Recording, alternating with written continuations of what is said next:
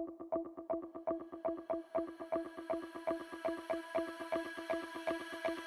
everybody, Taylor and Polly here from Beaten Jeans, and today we're doing a special interview. I am going to be interviewing Polly.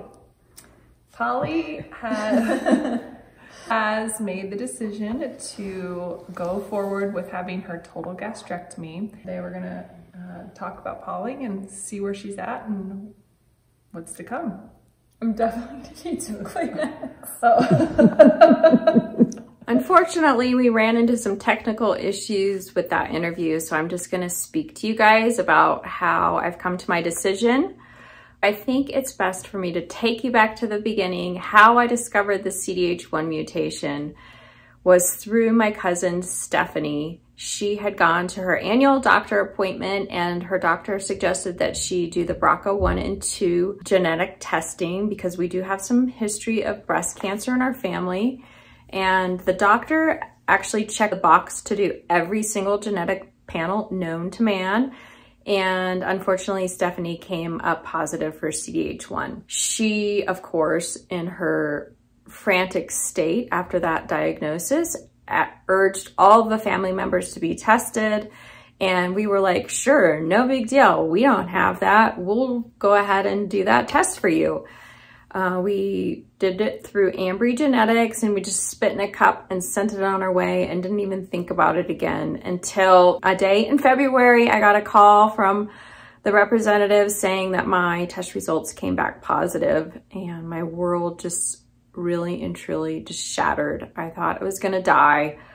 The feeling that you get when you receive the news that you carry this mutation is indescribable. It's earth-shattering. It's almost like you're living in the Twilight Zone. How could anyone possibly have their stomach removed? This doesn't even make sense to me. And being a nurse and knowing so much about the digestive system and how it works, it just did not compute in my mind. And I began to freak out. I was in a panic state. My husband was leaving that very day on a camping trip that he'd been planning for quite some time. And I was left alone with my children and I didn't know what to do. So I just went to Chuck E. Cheese and let them run around while I spent my day on the phone with Stanford trying to figure out what I was gonna do.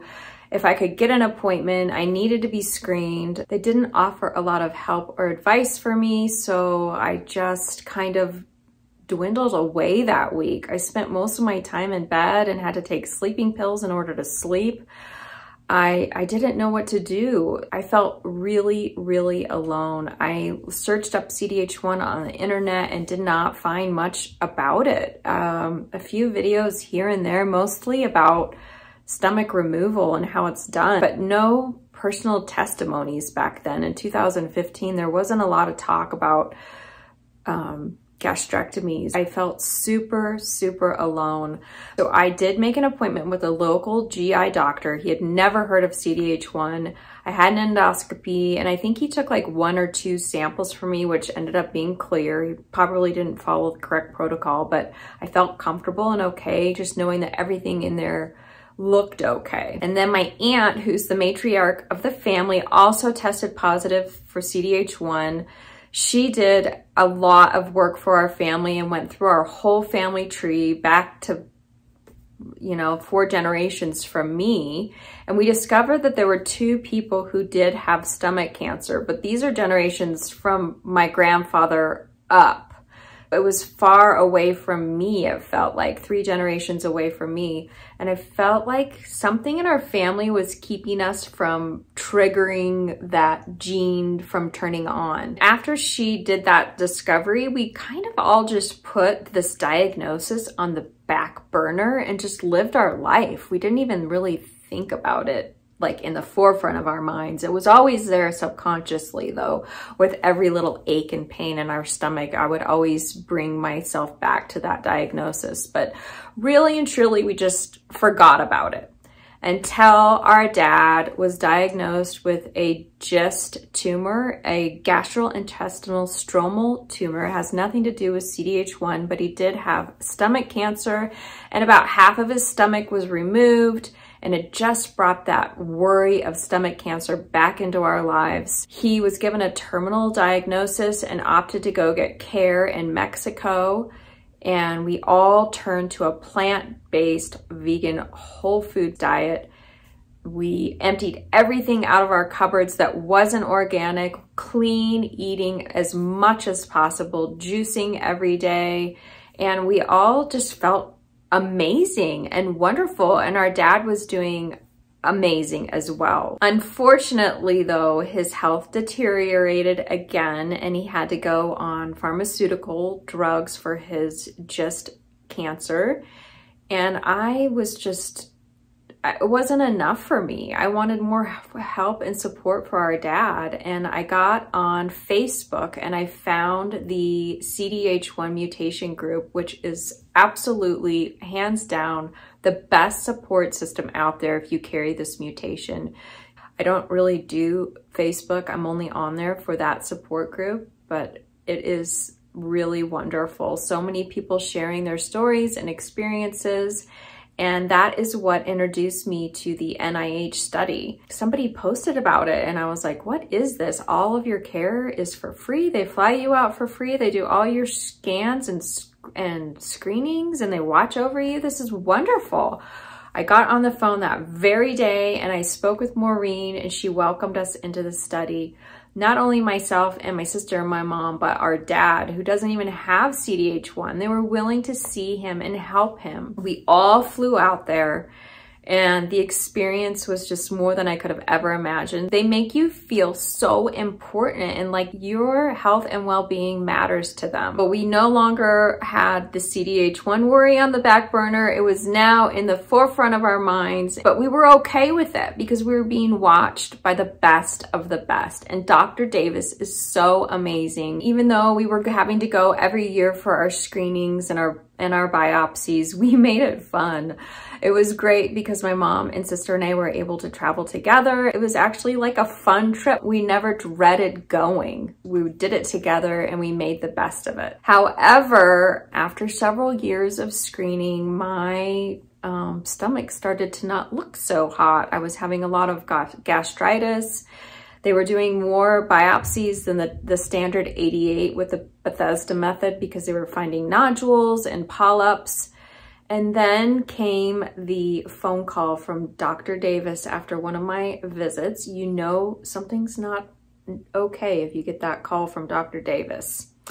And they found Signet ring cells in my stomach on 3 consecutive visits, 3 visits apart. Now, the reason why I did not go forward with gastrectomy right away is because of my family history, really, most importantly. In addition to being screened and having the peace of mind with that, I felt like I was helping out this community in their research and possibly finding a cure for other people. And I was willing to sacrifice my own life and my own body for the benefit of my children. I didn't want them to have to experience what I was going through. And Dr. Davis, although he does recommend gastrectomy for every CDH1 mutation carrier, he was okay with surveillance, and it just gave me comfort and peace of mind because I did not want to have my stomach out. I was willing to do anything in my power to prevent that from happening. After those 3 visits where I had the Signet cells found, I did have 3 visits after that were clear of Signet cells, and I felt great about my decision to continue the surveillance. Then I had some suspicious findings in my breast, and I ultimately had a mastectomy, which found lobular breast cancer in situ riddled throughout my breast. They said that the pathology showed 25% of my breast had that in there.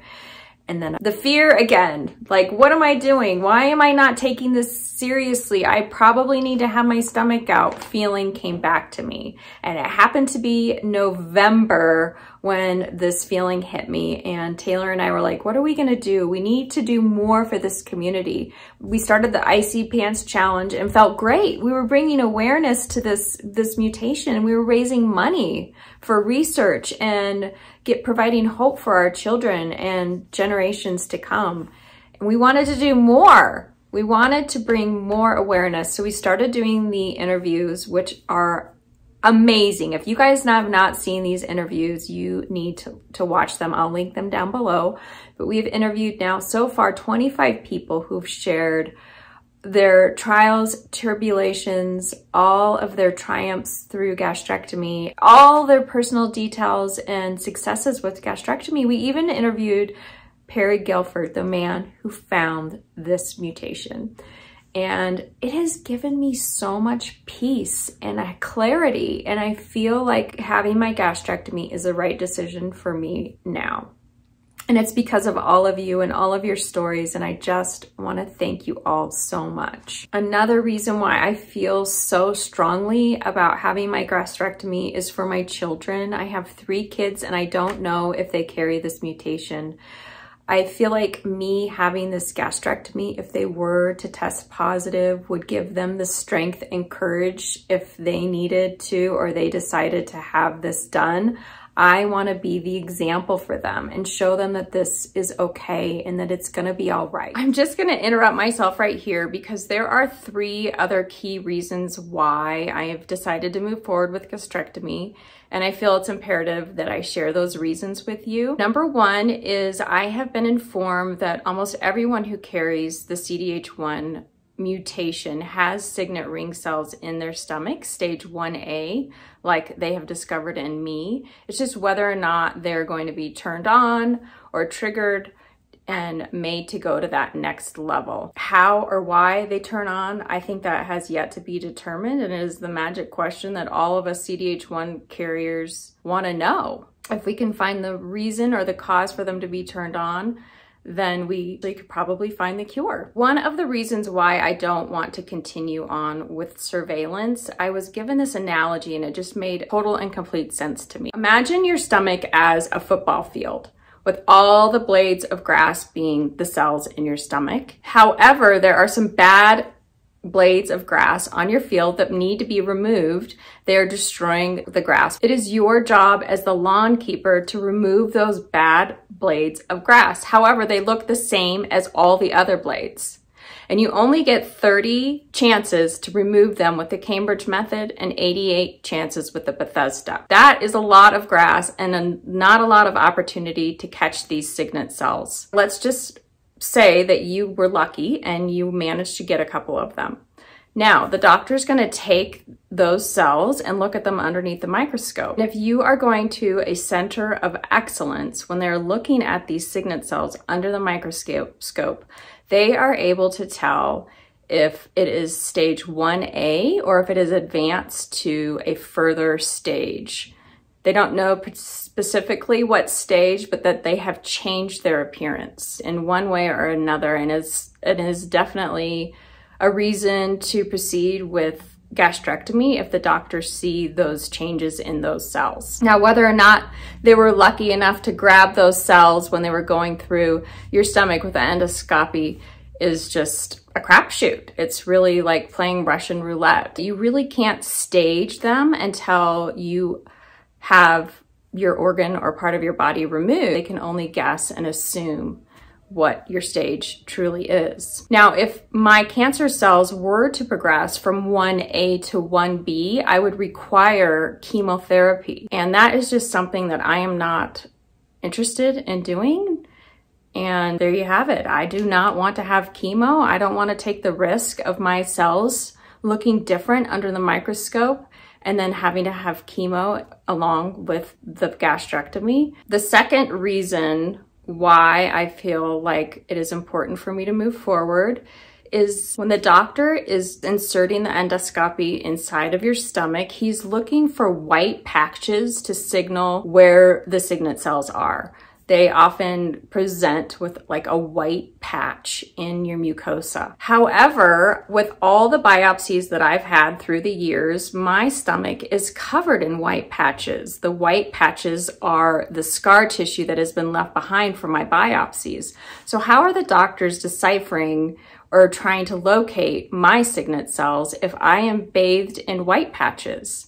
That is very concerning to me, and I don't feel comfortable going forward with surveillance anymore for that reason. Third reason that I am moving forward with surgery is that a family member of ours, she is not on the same branch of our tree, but she is my same generation. She's like a distant cousin to me. I don't know her. I've never talked to her, but I am aware of her. She was diagnosed with stage 4 hereditary diffuse gastric cancer and has been battling it now for the last year. Her mutation happens to be my same exact mutation, the P.58 or whatever it is. It sits on the same spot on our DNA. It's very familial. Whatever I was thinking before in my previous years that there was something in our family keeping us from triggering the mutation, it doesn't seem to be that way. Our heart goes out to her and her family, and we pray for her and her battle. She is so strong. She has such a strong faith in God, and we pray with all of our might that she is going to make it through this. I'm gonna step out now and restart the film that I filmed earlier. So June 20th of this year, just 4 months away, I will be having my gastrectomy at NIH with Dr. Davis. I love and respect him so much as a person and as a doctor, and I know that I will be in the best, most capable hands, and the team there is going to be watching over me for the rest of my life with all my labs and my nutrition and my bones. And I've been on the phone with Rachel, the nutritionist, already. She's got me upping my protein. She wants me to gain 5 pounds, which I'm trying to do. In addition, I am working out every day. I'm trying to make my core really strong. I'm doing the 80-day obsession and walking every day a couple miles. I will eventually transition into doing the P90X workout, just trying to be in the best strength possible since I won't be able to work out much afterward. I just think it's great to start your surgery off in the best shape that you can be, although I do need to fluff up a little bit. I have bought all of the vitamins that Rachel has recommended that I purchase. I've bought my web pillow and a journal that I got off Amazon. It's like a daily journal. I'm gonna just flip through it right here and show you what it's like. I think it's gonna be really helpful to journal what I'm eating and drinking and how I'm feeling, and also document my vitamins I'm taking. In addition to those things, I am seeking counseling. Through the interviews, I've learned that mental well-being is imperative. And with the 7 years it has taken for me to come to this decision, I am certainly not in a very good mental space. Even though I feel confident in my decision, I do have a lot of concerns about post-surgery and how my other organs in my body are gonna react to having my stomach removed. What is this gonna do to my liver, my pancreas? I know a lot of people have problems with their gallbladder afterward. I worry about my quality of life. I worry about being a burden to my family. We're very active. We're very outdoor people. We like to boat a lot and hike and ski and camp. And I worry that I am going to struggle in those situations, and I don't want to be a burden on my family, and it's plaguing me a little bit. And I don't want to go into my surgery with those fears. I want to train my mind to not go there, and I want to have confidence and strength, not only physically but mentally. So today I'm doing an EMDR session. I'm not really familiar with what that is, but my counselor feels like it's going to help me. She says this is more of a trauma therapy than anything. The surgery will create sort of a trauma feeling. So we're gonna try to avoid that with doing some preemptive treatments. So I'll let you know how that goes and how that makes me feel. I do have a really strong support system. My husband is backing me 100% with this decision, which I am so grateful for. He is my best friend, and I couldn't do this without him. And in addition, my cousin is going down the same path. A week after my surgery, she will be having hers. So we'll be at the NIH together, going through this, sharing all of our struggles and triumphs, which will be a great support system for us. And I just want to thank you guys. I appreciate you all so much for your openness, your willingness to share your stories. And I'm going to just close with the ending of the interview that I had with Taylor that unfortunately did not pan out, but the ending is pretty emotional. So I'm just going to drop that here. You're going to join the Seahorse Club. And then I'll be like a year behind you, probably. One step at a time. All right, I'm so proud of you, and it's horrible, and you've just taken it with a grain of salt, and I just look up to you so much, and I know you're gonna do so good. And I'll be here for whatever you need during the whole journey, and I wish I could go to Bethesda with you, but I'll be here babysitting your kids for you if you need me to. But I love you so much, and I'm just so glad that we're doing this together and that we're not alone and that we do have each other to fall back on. So I love you too, and thank you, and I know that you'll be there for me. I will, and so will Mom and everybody. Everybody. I'm going to keep you guys updated along the way with this entire journey. I've had so much good feedback from my mastectomy journey, and it's just scary not knowing what you're walking into. And although I don't really know what I'm walking into, I'm willing to bear it all and share it all with you for educational purposes. Don't forget to hit that subscribe button and hit that notification bell so when we do post a new video, you guys get alerted. And again, we thank you guys so much for following along, and hope you have a good rest of your day. Bye. Bye.